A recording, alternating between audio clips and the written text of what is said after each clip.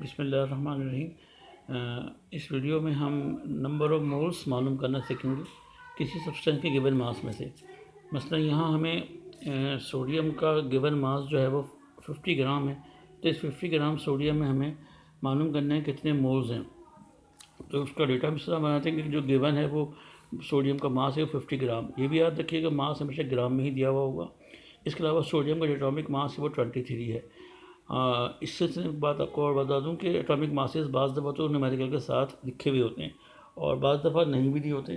तो इसलिए कम से कम 10 से 15 कॉमन एलिमेंट जो हैं उनके एटॉमिक मासेस हमें याद होने चाहिए। ठीक है, उसके बाद रिक्वायर्ड में जो हमारे पास है कि नंबर ऑफ मोल हमें कैलकुलेट करने हैं सोडियम के। अब यहाँ सिंबल भी लिख सकते हैं आप, सोडियम का नाम भी लिख सकते हैं आप। सोल्यूशन में सबसे पहले आप फार्मूला लिखेंगे और बहुत बोल्ड करके वह हाईलाइट करके लिखेंगे क्योंकि फार्मूले के नंबर होते हैं। अब फार्मूला हमारे पास है कि number of mole equal to given mass of substance upon atomic mass. अब गिवन मास सब्सटेंस सोडियम का हमें 50 ग्राम दिया हुआ है और इसका जो एटॉमिक मास है वो 23 है। तो इनको डिवाइड किया तो हमारे पास 2.17 आ रहा है। एक और बात ये कि जो स्टूडेंट आम तौर पर गलती करते हैं कि वो डेसिमल के बाद 4 और 6 7 डिजिट लिख देते हैं। तो डेसिमल के बाद 2 डिजिट्स काफ़ी हैं। ठीक है, उसके बाद रिजल्ट में आखिर में हम लिखेंगे कि 50 ग्राम सोडियम जो हमें दिया हुआ था उसके अंदर 2.17 मोल्स मौजूद है। इसी तरीके से अगर हमें कोई कंपाउंड दिया हुआ हो, जैसे कि यहाँ पर कंपाउंड दिया हुआ है वाटर और ये 60 ग्राम वाटर दिया हुआ है, इस 60 ग्राम वाटर में हमें मोल्स मालूम करने हैं। तो हम देखेंगे कि सोडियम मास ऑफ वाटर जो है वो 60 ग्राम है। उसके बाद चूँकि वाटर कंपाउंड है तो उसका फार्मूला होगा, इसका मास जो हम निकालेंगे वो फार्मूला मास होगा। तो फार्मूला मास निकाल के इसकी कैलकुलेशन भी शो करनी ज़रूरी होगी। हाइड्रोजन का एटॉमिक मास 1 है, इसके 2 एटम्स हैं तो 2 1 ज़ा 2 हो गया ये। और ऑक्सीजन का एक ही एटम है, इसका एटॉमिक मास 16 है। इनको कैलकुलेट किया तो ये 18 आ गया। तो वाटर का जो फार्मूला मास है वो 18 आ गया। अब रिक्वायर्ड लिखेंगे, हमें नंबर ऑफ मोल्स मालूम करने। सोल्यूशन के साथ फौरी तौर पर आप इसका फार्मूला लिख दीजिए कि number of moles upon given mass of substance और upon formula mass. Formula mass इसलिए लिखा कि हमारे पास ये फार्मूला दिया हुआ था वाटर का। तो उससे पहले वाले न्यूमेरिकल में आपने यहाँ एटॉमिक मास लिखा था, चूँकि सिंगल एलिमेंट दिया हुआ था। आपने वैल्यूज पुट की, गिवन मास ऑफ सब्सटेंस 60 ग्राम है और फार्मूला मास 18 है। इसको आपने डिवाइड कर तो हमारे पास 3.33 इसका आंसर आता है।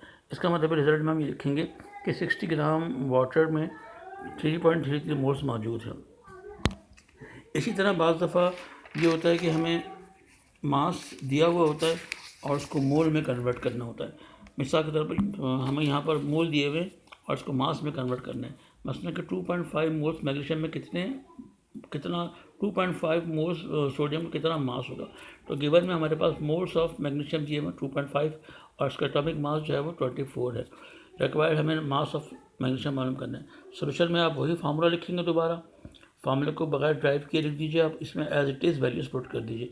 नंबर ऑफ मोल जो हमें गिवन है वो 2.5 है। मास ऑफ सब्सटेंस हमारे पास मैग्नीशियम है तो सब्सटेंस की जगह आप मैग्नीशियम लिख सकते हैं और इसका एटॉमिक मास 24 है। चूँकि हमें मैग्नीशियम का मास मालूम करना है, 24 इधर डिवाइड हो रहा है तो इक्वेशन किस तरह के मल्टीप्लाई हो जाएगा, यानी 2.5 मल्टीप्लाई बाई 24। तो मैग्नीशियम का मास जो है वो 60 ग्राम आ गया। याद रखिएगा मास हमेशा ग्राम में आएगा। आखिर में रिजल्ट में लिख दीजिए आप कि 2.5 मोल जो दिए हुए थे हमें उसमें 60 ग्राम उसका मास जो है 60 ग्राम के करीब बनता है। यही न्यूमेरिकल अगर हमारे पास कंपाउंड के शक्ल में हो, जैसे कि सल्फर डाइऑक्साइड हमारे पास यहाँ मौजूद है, तो सल्फर डाइऑक्साइड का हमें मास मालूम करना है। तो इसके लिए हमारे फार्मूला लिखेंगे कि मोल्स ऑफ सल्फर डाइऑक्साइड 5 ग्राम 5 दिए हुए। फार्मूला मास सल्फर डाइऑक्साइड का हम कैलकुलेट करेंगे। सल्फर का एटॉमिक मास 32 है, ऑक्सीजन का एटॉमिक मास 16 है, 2 इसके एटम है तो 32 हो गया। इसको ऐड किया तो 64 आ गया। अब हमारे पास मास ऑफ सल्फर डाइऑक्साइड जो है वो मालूम करना है। फिर आप ये फार्मूला लिखेंगे दोबारा से, number of moles equal to given mass of substance upon formula mass. फिर आपने यहाँ पर फार्मूला वैल्यूज पुट की कि नंबर ऑफ मोल दिए हुए 5, फार्मूला मास हमने 32 निकाला है और मास ऑफ सल्फर डाइऑक्साइड हमें मालूम करना है।